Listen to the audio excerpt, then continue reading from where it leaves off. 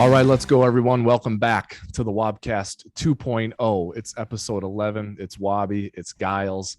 It's a Texas-sized wake-up call for the Minnesota Vikings. A 40-3 drubbing at US Bank Stadium by the Dallas Cowboys over the Minnesota Vikings creates a sobering Monday morning for us all.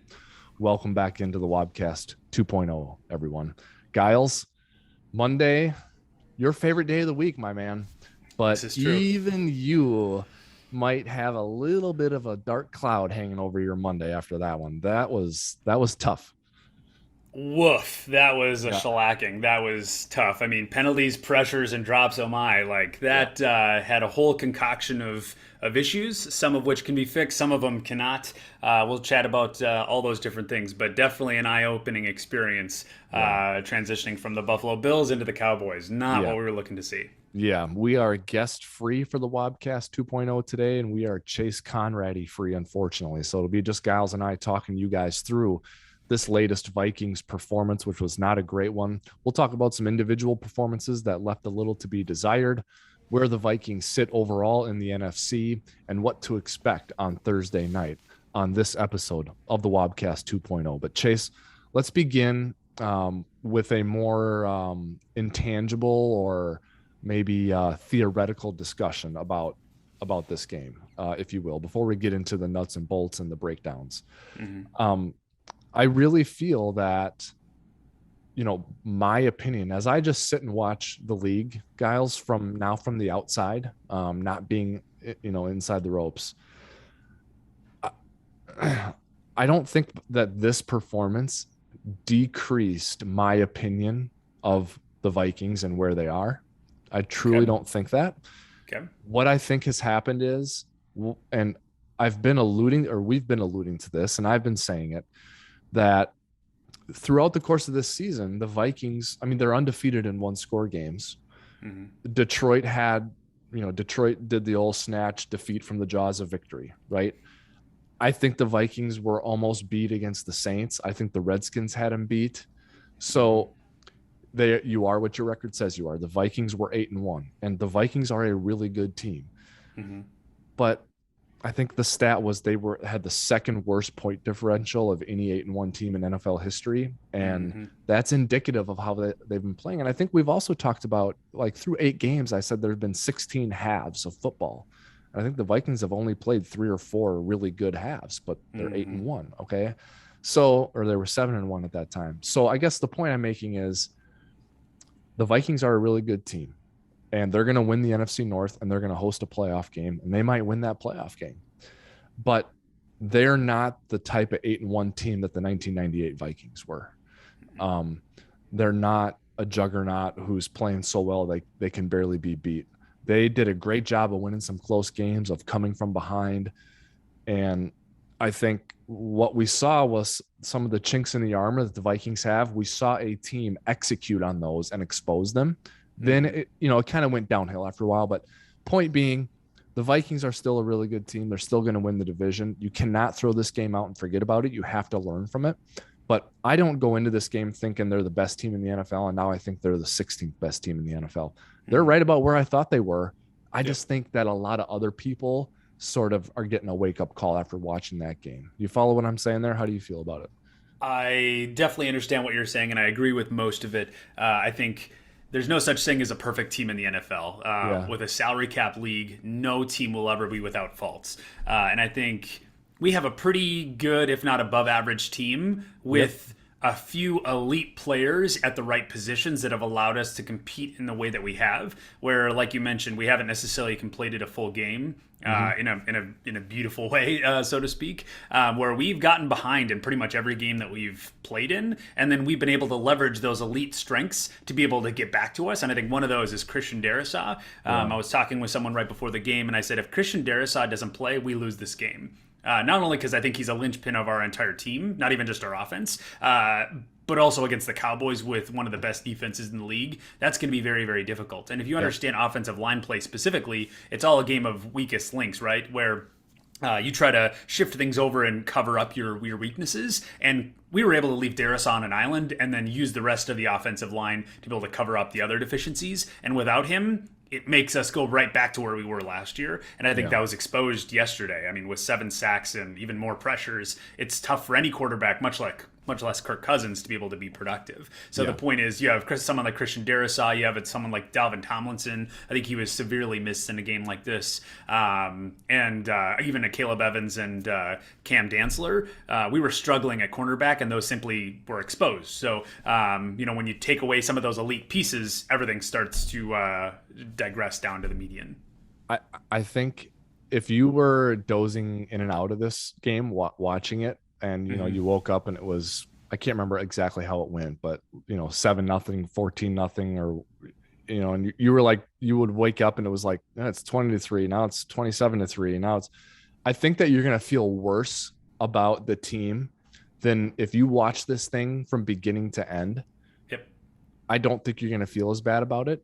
And that might sound counterintuitive to a certain degree, but I think if you watch this and then if you go back and analyze it, you hit the nail on the head of what the main problem was, the whole Darrisaw situation and pass pro and how Cousins responds to that. So this is a significant problem, but at least you know what it is. And now you can get to work on alleviating the issue. Yeah. Okay. So to me, that's the silver lining here. Whereas if you're like the Houston Texans, like I saw a quote from Lovie Smith and he's like, we're not a very good team right now and we're searching for answers. It's like, well, I mean, I think we were already kind of writing the Texans off for the season, but like, if you weren't, now you should. I mean, the head coach just said, we're not very good and we're searching for why. So that's not where the Vikings are. So, I mean, you lose 40-3, which is the most lopsided loss in the NFL this season.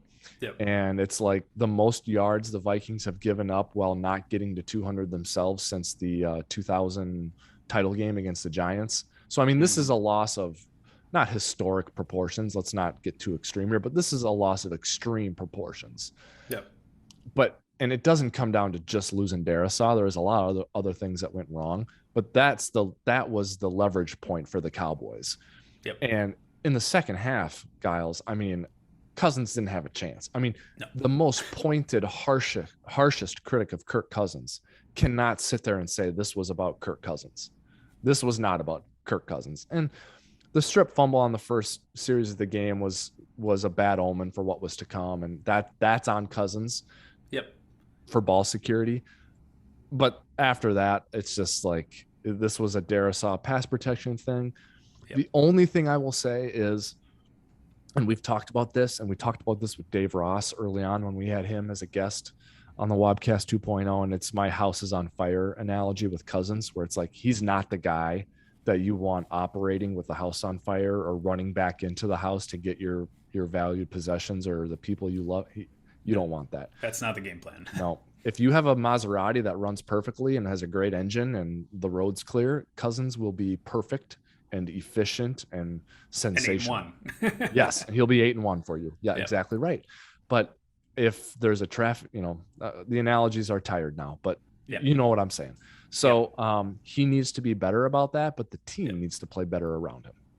And honestly, this may be a hot take, but I think our team may have performed better had Darrisaw just been ruled out for this game, because I think we were planning on using Darrisaw like plain old Darrisaw. And then when he went out in what it was, the sixth play of the game, we weren't prepared to play Blake Brandel. So then we had to change our protections on the fly, which obviously did not do us any favors in pass protection. But furthermore, it really had a lot of an impact when it came to penalties. So I would say, we were getting sacked left, right from Tuesday, and that set us back. And then when we weren't getting sacked, we got pretty severe penalties. So then we found ourselves in 3rd and 20 or more, way too much. And most quarterbacks aren't going to be able to convert that. I mean, even the Patrick Mahomes and the Tom Brady's aren't going to convert at a great percentage with those. So I think we just simply stuck ourselves in the foot. And the times that we did try to overcome that, we had drops. I think TJ Hawkinson, love him. I think he's going to be a great piece of our offense, but there was like 2 or 3 touchdown passes that he dropped. Plain and simple, he dropped. And I think had you caught those, I think that would have shifted the momentum of this game. where you're trying to leverage your time, and that simply didn't happen. So the Darisaw thing was a bad problem, but then we let it compound. So I'm hoping in the 4 short days that we have that we can try to fix that protection issue when it comes to the Patriots next week. But yep, and we're going to talk a little bit more about that, Giles and I will, about what this performance might mean for that game against New England and Darisaw's status, and he's out, and what that's going to mean. So we'll get to that in a little bit. But before we do that, 2 things I want to hit on here. One we'll do second, and that's the NFC and the landscape and where we sit now. But the first is just on an individual basis, Giles. The PFF data is not out yet, but you have a trained eye, so you may be able to foresee what the data is going to show or guess what the data is going to show. Yep. And you may have done some studying of your own. But let's look at a few individuals. I thought, and you can take this where you want to take it, and I'll comment after you speak on it. But Zadarius Smith, I thought, wasn't very noticeable. Why that is, we'll find out once we watch more, but you might have some thoughts there. Obviously, the 2 guards and the left tackle, Brandell was awful, and the 2 guards were no good. So I can't imagine they're going to grade out very well. And, I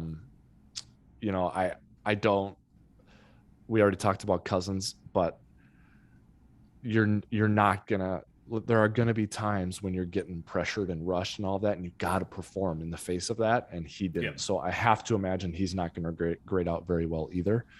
And I don't know who would grade out well. So I don't even really want to go down that road.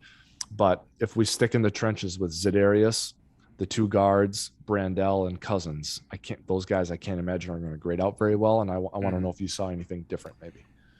This is a hot take, and like you said, the PFF grades haven't come out yet, so I might be proven completely wrong with this, but this is one of those games where I think 75% of our offensive roster could grade out lower than the bottom 3 of last week. This was a horrible game, and we let things compound. The only player that I thought performed somewhat okay was Dalvin Cook, and even in that we couldn't really get our run game going very well, but I think part of that is offensive line, but it was the only piece that wasn't completely shut out. Even Justin Jefferson, what does he have, 3 catches? That was a much different game than comparison to the Buffalo Bills, so I think there's definitely an issue there. That's at least on the offensive side of the ball.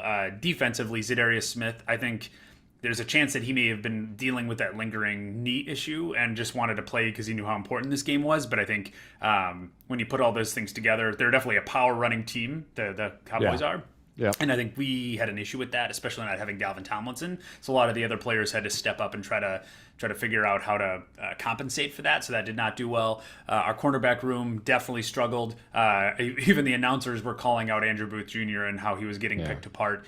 I think it's too early to tell if he's going to be a complete bust, but I hope that we can do some learnings with him to help him improve, because if he has to continue starting week over week, I think that will be continuously an issue, because I thought before we were at least in an average secondary. We weren't a complete train wreck. We weren't performing well, to be very clear, but we weren't a complete train wreck. And I think with enhanced pressure between Hunter and Zadarius Smith, I thought that was able to keep our at least our scoring defense in a reasonable category. But with both of those kind of struggling, that is where you see the doors fly off. Yep. And, as Giles said, the PFF data did not come out yet, or before we started recording. It will here shortly, probably before the day is over. And for those of you who missed it last week, we have been using our social media platforms to sort of push some extra content out. So we did a fun quarterback rankings last week, which generated some conversation, and we push out those PFF grades. So make sure you stay tuned to our social media handles for that information and to continue the conversation about some of those players, because we enjoy doing that. But for now, we'll have to table that data and PFF and the grades discussion. I think we can all agree, though, that there's a lot of needs to be improved data from that Cowboys game. And a lot of times, Giles, in a really lopsided loss like that, it's like, hey, guys, the way you kind of keep morale up is you're just like, let's just get rid of that one. Let's throw that one out. And I think there's some validity to that here, because that, you've got such a good record and you're going where you're going, which is great places here this year. You don't want to let that loss linger. You want to digest it as soon as you can, especially with a Thursday night game, right? I completely agree. But you can't can't ignore what the main problems were. And I think we've sort of chronicled what they are. And I think everyone could see it. I don't think you need to be Bill Walsh to figure out what the issue was there in that game. Yeah, it's disappointing it happened at home, but it did. And now you got two more home games in a row here to try and right the ship. And we're going to talk about that Patriots matchup here in a few minutes. But first, a look around the NFC, Giles. That loss coming to Dallas is a lot better than if that would have been to like Tampa or Seattle, because Philly and Dallas can't both jump over the Vikings for playoff seeding. Only one of them can, because the Vikings will win the NFC North, and only one of Philly or Dallas can. So Dallas winning that game over the Vikings really is only consequential in a playoff standpoint if Dallas ends up winning the division. They're 2 games behind the Eagles right now. So from an NFC standpoint, the Vikings are not hurt all that much by this loss. No loss is good when you lose in the conference, but they're 8-2. They're going to win the division. They're still in line for the 2 seed. Tampa did win their most recent game, but they're still 3 games behind the Vikings. The Seahawks lost their most recent game, and they're 2 games behind the Vikings. So Vikings still in good shape there. With that being said, they want to get back on the winning track. They have 2 AFC games coming up, the Patriots on Thursday and the Jets the week after that. Looking at the schedule, though, Giles, before we get into the Patriots game, a couple of things have changed here, I think, about the teams the Vikings play that make me feel not as confident about how easy some of these games are going to be. And although they lost this week, one of those is the Colts. I don't know that the Colts are a pushover even at US Bank Stadium. And we don't want to spend a lot of time talking about the Colts on the WobCast 2.0, but they were on TV here in Minnesota. So Vikings fans who had some extra time yesterday and could watch some football watched a Colts team push the Eagles to the brink and almost beat them. And I think the Colts have some physicality to them. I think they've got some savvy at quarterback, and I think they've got an elite weapon in Jonathan Taylor. And so this is going to be a good battle, I think, in a few weeks at US Bank Stadium. Yep, especially after hitting the reset button on the coach. I think most teams will always corral together and say, we're going to show the world that now that we've gotten rid of the poison, so to speak, it's not us that was the problem, it was them. We're going to try a little bit harder to prove to the world that we are worthy of being in the conversation. So I completely agree. Those are not going to be pushover games.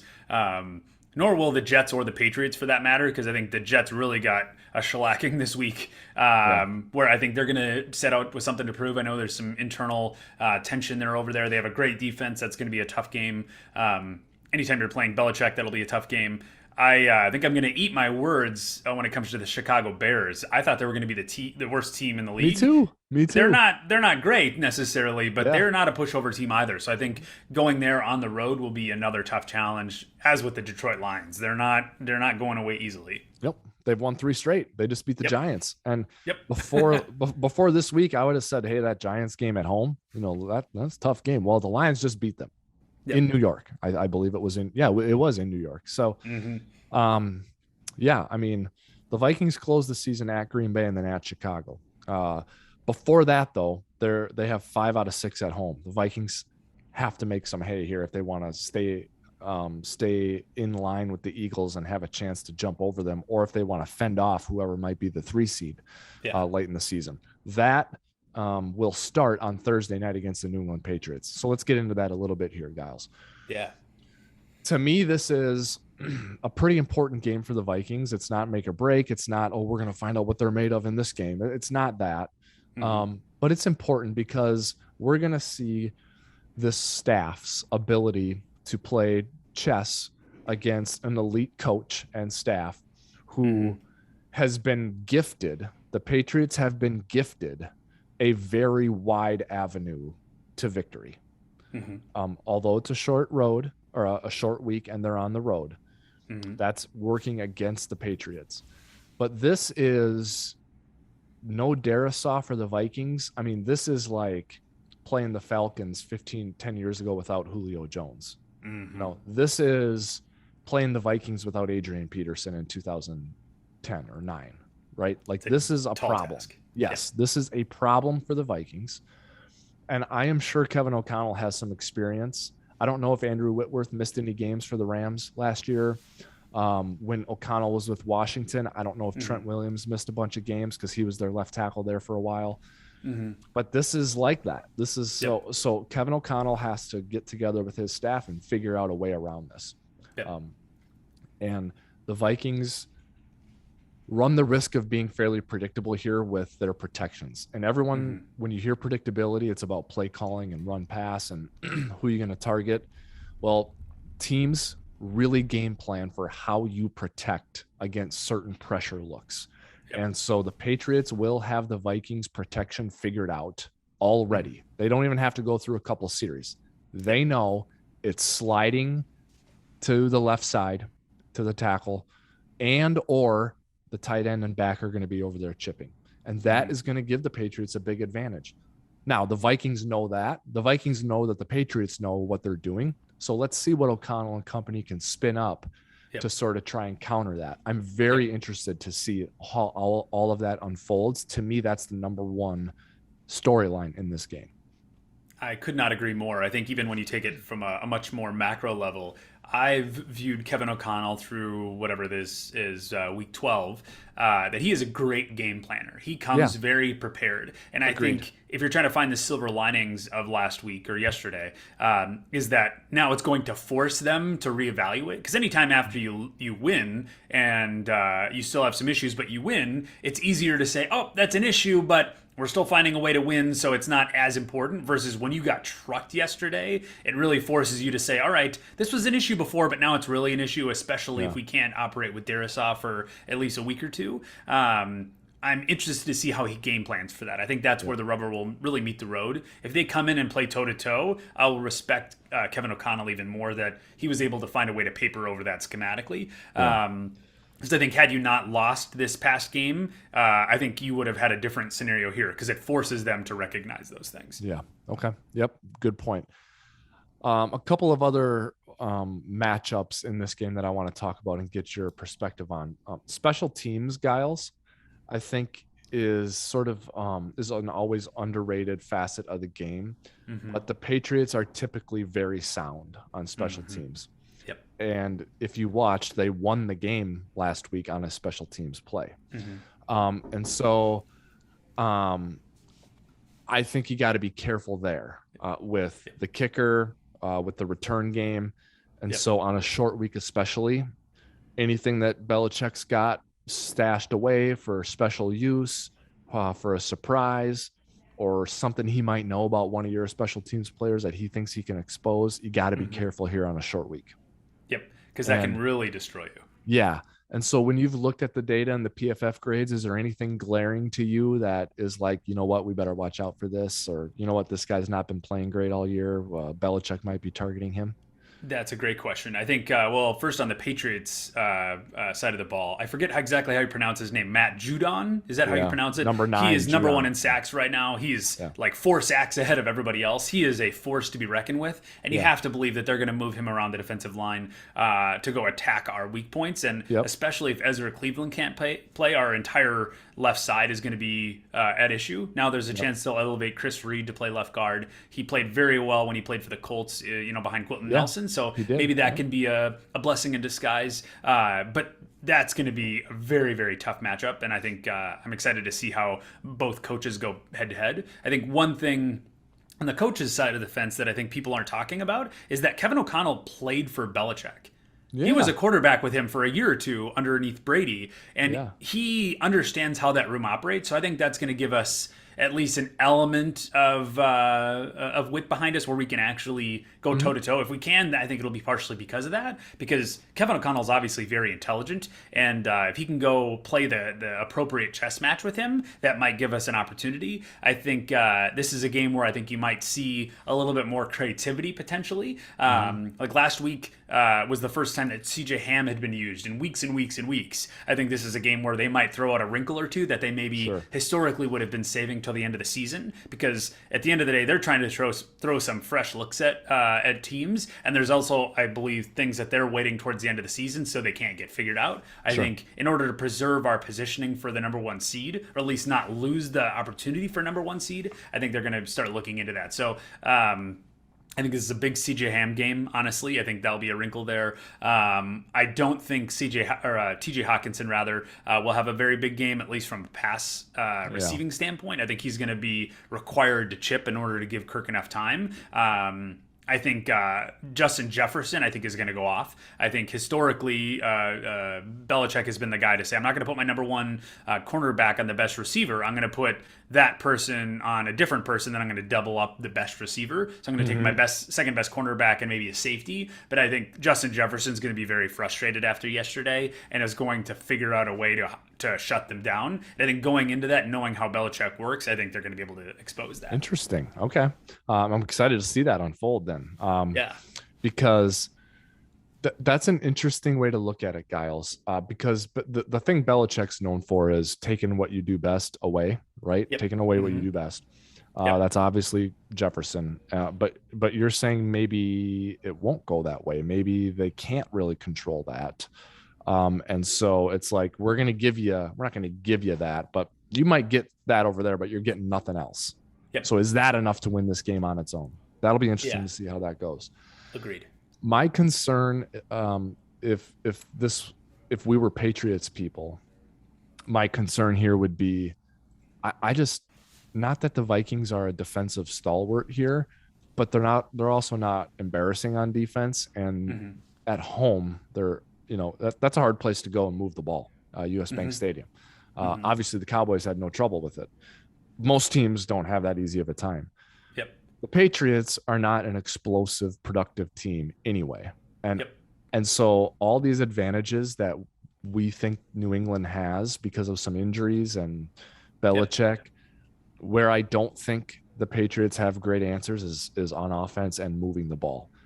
And if it's one of those deals where the Vikings start scoring some points and they get a cheap touchdown or a good touchdown and then a field goal, and it's like they got 17 points at halftime, the Patriots are in trouble there. This has got to be 10-3 or 7-7 at halftime. Because I just don't see, and it's not that I don't like Mac Jones. I think he's okay. I like Stevenson, the running back. I think he's all right. But I just don't see the Patriots going up and down the field here. And so nothing scares you.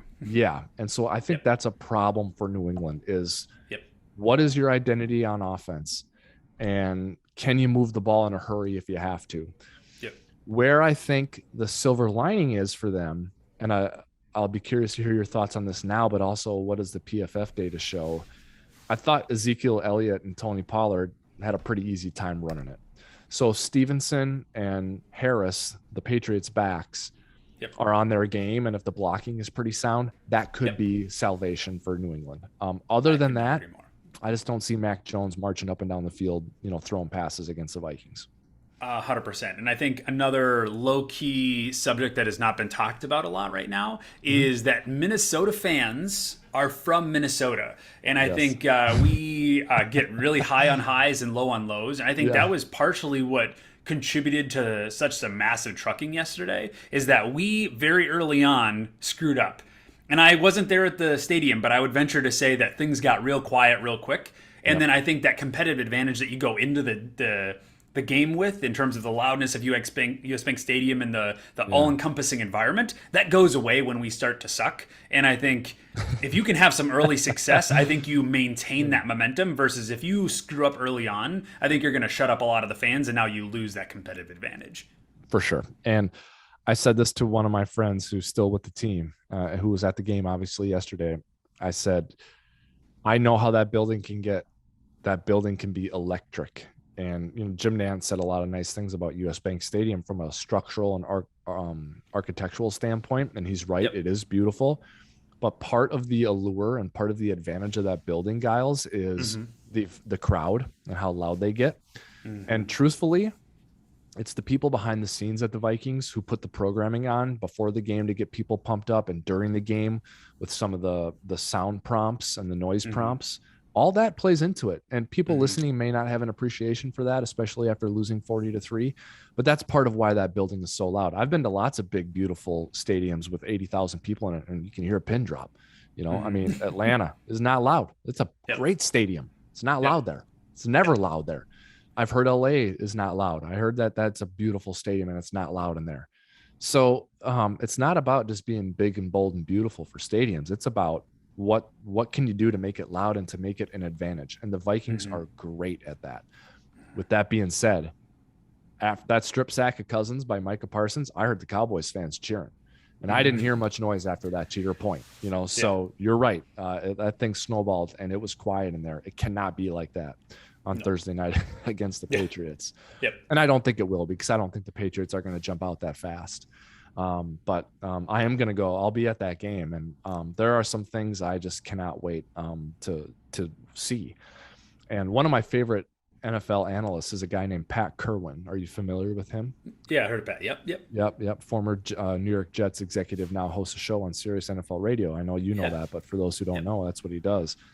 And he wrote a book about football, and it's called, I think it's Take Your Eye Off the Ball.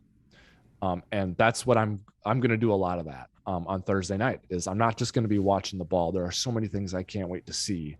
How O'Connell and Belichick go at each other. The left tackle situation for the Vikings is one of them. Is it just Matthew Judon against Brandell one-on-one? What are the Vikings going to do? It's some special teams things that I saw in the Patriots-Jets game yesterday and that I'm curious about with the Vikings, and lots of other things. So I'm very excited for this. I think it being a short week sort of enhances this for some football hardos. I think this enhances it, because it makes it puts even more emphasis on this strategy, right? And the fact that it's a short week and you got to do stuff and you got to get it done fast, and it's going to favor the prepared. And it's that whole idiom where if you stay prepared, you don't have to get prepared, right? And I think Belichick is that way, and my sense is O'Connell is. I do not think the Vikings are going to get embarrassed against the Patriots on Thursday night, but I can't wait to see what happens.